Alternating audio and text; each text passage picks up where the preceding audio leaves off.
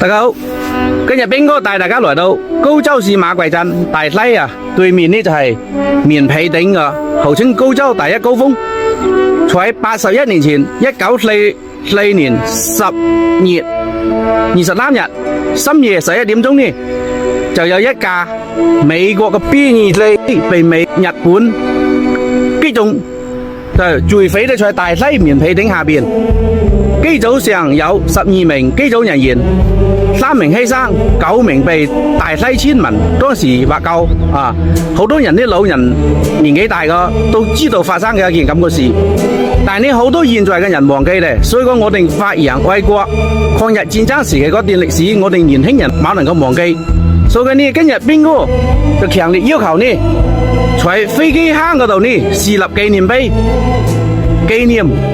參加我哋中國抗日戰爭時期付出生命嘅英雄們，我哋嘅冇能夠忘記。所以講呢，咁樣嘅事情值得大家去發動，鼓勵大家去愛國，亦可以帶動得到馬貴大西村嘅旅遊業，同埋帶動鄉村振興嘅。希望大家呢積極響應。同樣呢，發生咗在舟山群島嘅東極島，兵哥上次呢就為去睇睇東極島呢，亦係發生咗同樣嘅事情。係咩事呢？就係日本當時在香港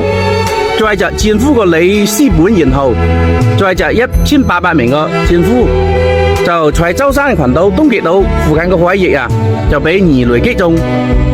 嗰條船呢就受傷咧，就有1800名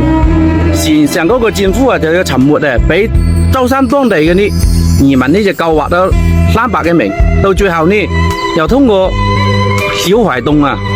藏咗3名，冇交俾佢日本嗰3名呢就獲救咧，其他嗰啲戰俘呢到最後呢就冇啲發生咩事。